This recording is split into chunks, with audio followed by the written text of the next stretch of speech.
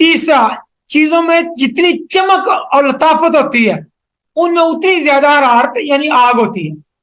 آگ جو ہے یہ گندگی کو ختم کرتی ہے، غلظت کو ختم کرتی ہے، چیزوں کو پیور کرتی ہے. جب آپ کسی بھی چیز کو آگ دیتے ہیں تو جتنی اس کی غلاظت ہوتی ہے وہ اوپر آ جاتی ہے، میل اس کی کچیل ساری صاف ہو جاتی ہے. جتنی پیشنٹ مزہ آ رہا تھا، آواز کٹ گئی. اس کی نبض دیکھ رہے ہیں، اس سے سوالو جو آپ کر رہے ہیں، تو جتنا وہ انرجیٹکلی گفتگو کرے گا اتنی اس کے اندر حرارت ہے. جتنا وہ دھیمے لہجے سے مرچایا ہوا سست ہے اتنی اس کے اندر حرارت کی کمی ہے. اچھا جی، جتنی چیز بھاری ہوگی وزنی ہوگی، یعنی آگ ہے نا اس کا مقام تو سب سے اوپر ہے، تو جتنا وزنی ہوگا اس کا سب سے نیچے ہے وہ ذاتی ہوگی. جتنی وہ غلظت والی ہوگی وہ ذاتی ہوگی. جتنی چیزوں میں ہیوینس ہوگا، جتنی چیزیں بھاری ہوں گی اتنی ان میں حرارت کی کمی ہوگی. آگ کا جو مزاج ہے گرم خشک ہے اور یہ لائٹ ویٹڈ ہوتی ہے. آگ کا وزن اتنا نہیں ہوتا، لائٹ ہے نا یہ. اور آگ اور ہوا دو لائٹ ویٹڈ ہیں اور دو ہیوی ویٹڈ ہے. جو چیز بھی وزن میں زیادہ ہے یا وہ پانی ہے یا وہ رطوبت ہوگی بلغم ہوگی یا وہ مٹی ہوگی، یا مٹی ہوگی یا پانی ہوگی. مٹی ہوگی تو سخت ہوگی، پانی ہوگا تو نرم ہوگا. کلیئر ہو گیا نا؟ یعنی ذاتی ہوگا تو سخت ہوگا، اعصابی ہوگا تو نرم ہوگا. لیکن یہ نہیں ہو سکتا کہ چیز بھاری ہو وہ گدی ہو یا وہ ہوا کی نمائندہ ہو. ٹھیک ہو گیا نہیں؟ تو ثقیل چیز ہونا، بھاری چیز ہونا، وزنی ہونا، وہ جتنی چیز بھاری ہوگی وہ چیز اعصابی ہوگی یا عضلاتی ہوگی، گدی نہیں ہو سکتی. گدی تحریک میں جتنی حرارت زیادہ ہوگی اس میں چمک بھی زیادہ ہوگی، لطافت بھی زیادہ ہوگی، وہ چیز اتنی لطیف ہوگی. اور جتنی حرارت کم ہوگی اتنی چیز غلیظ ہوگی، اتنی وہ ثقیل ہوگی. یہی کرورے کا حال ہے. کرورے میں جتنی چمک ہوگی جتنا وہ لطیف ہوگا اتنا وہ گدی ہوگا. یہ تو ہر چیز میں ہی آ گیا نا، ایون آپ مریض میں بھی یہ اصول دیکھ لیں، یہ مریض میں بھی ہر چیز میں دیکھ لیں، یہ ایک جنرل قانون ہے. آگ صفرا حرارت گدی تری مرکبہ. اس کا ایک فائدہ اور، مرکبات کے اندر ہوا کے نفوذ پذیری حرارت ہی کی مرون منت ہے. یعنی ہوا جو ہے نا یہ چیزوں کے اندر جو پینیٹریٹ کرتی ہے، جو نفوذ کرتی ہے، ایون جو ہمارے سیلز ہیں باڈی کے اس کے اندر جو نسیم جاتی ہے، آکسیجن جاتی ہے، وہ بھی حرارت کی مرون منت ہے. اگر حرارت نہ ہو تو سیلز کو، ٹیشوز کو ہوا کی، نسیم کی، آکسیجن کی بھی اتنی فراہمی نہ ہو، اور آکسیجن نہیں جائے گی تو اس کے ساتھ غذا بھی نہیں جائے گی، غذائیت بھی نہیں جائے گی. سیلز کو خون کے ذریعے آکسیجن بھی جاتی ہے اور نیوٹریشنز بھی جاتے ہیں، غذائیت بھی ساری جاتی ہے. اس کے اندر جو موومنٹ ہے، جو اس کا تحرک ہے،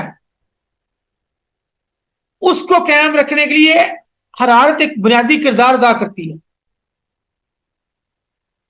سمجھ آ گئی جی؟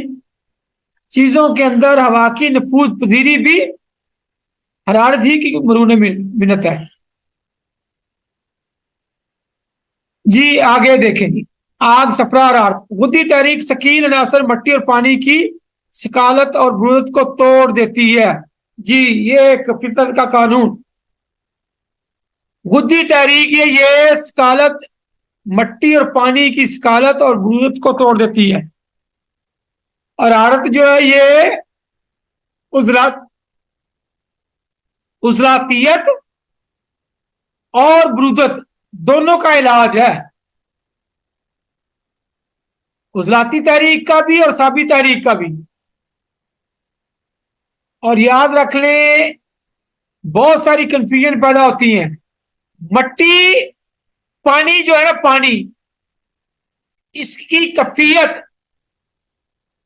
سرد تر ہے اور سردی تری جو ہے نا وہ برودت پیدا کرتی ہے یبوست پیدا کرتی ہے. مٹی اور پانی دونوں ہی برودت ہے دونوں میں برودت ہے دونوں ٹھنڈی ہیں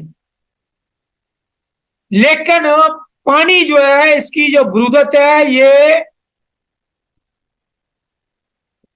یبوست پیدا کرتی ہے خشکی پیدا کرتی ہے اور جو مٹی کی یبوست ہے یہ جب بڑھ جائے گی وہ حرارت پیدا کرے گی. اس لیے اعصابی عضلاتی تحریک جب مکمل ہوتی ہے تو عضلاتی اعصابی میں بدل جاتی ہے. عضلاتی اعصابی جب تحریک مکمل ہوتی ہے تو وہ عضلاتی غدی میں بدل جاتی ہے. یہ اگلی تحریک میں چلی جاتی ہے. چلیں جی آگے دیکھیں. آگ صفرا حرارت طبی غدی تحریک اعضاء میں ہلکا پن پیدا کرتی ہے چیزوں کو لائٹ کرتی ہے لائٹ ویٹڈ کرتی ہے وزن کم کرتی ہے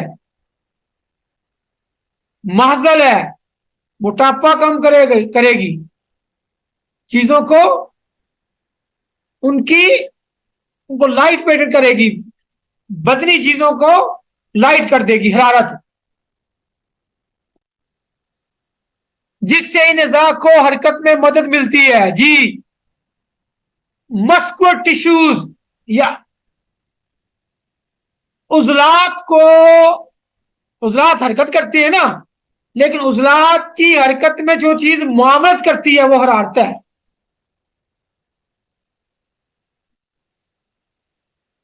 پھر دیکھیں غدی تحریک ایک تو اعضاء میں ہلکا پن پیدا کرتی ہے جب وہ لائٹ ویٹڈ ہو جائیں گے تو ڈیفینیٹلی ان کی موومنٹ زیادہ ہوگی. ایک چیز جو بھاری ہے اس کی موومنٹ کم ہوتی ہے ایک چیز لائٹ ہے تو اس کی موومنٹ تیز ہوتی ہے. روشنی کم ہے نا لائٹ ہے لائٹ ویٹڈ ہے اس کی رفتار کتنی ہے زیادہ ہے. جو چیز جتنی لائٹ ہوگی اتنی اس کی رفتار زیادہ ہوگی.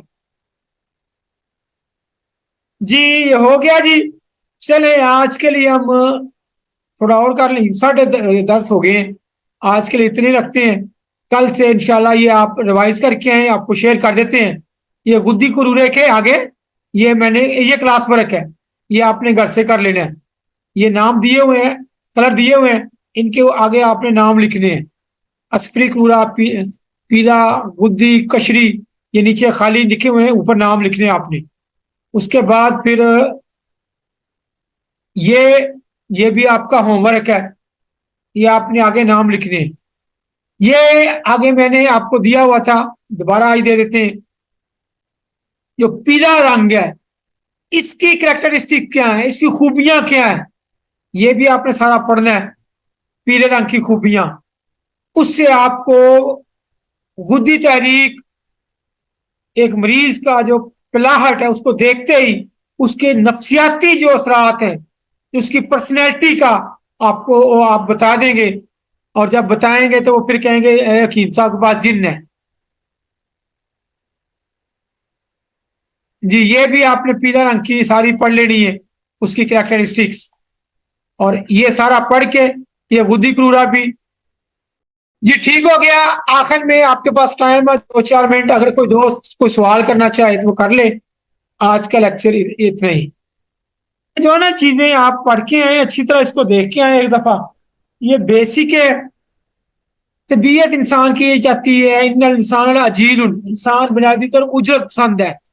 زندگیوں میں اگر ہم اپنی اجرت کو نکال دیں تو زندگی میں کبھی ہم ناکام نہ ہوں. ہماری طبیعتوں میں اجرت ہوتی ہے دل کرتا ہے کہ ہم فوراً جو ہے کیس اسٹڈی پہ آئیں پورے آئیں ان کو ہم بتاتے جائیں لیکن بیسک جو ہے نا وہ اس کو کلیئر کرنا انتہائی ضروری ہے. بیسک چیزوں کو یاد کرنا ضروری ہے. پہلے پریکٹیکل تھیوری ہوگی تو پریکٹیکل ہوگا. پھر انشاءاللہ اللہ کے فضل سے ہم پریکٹیکل کریں گے, کیس اسٹڈی کریں گے.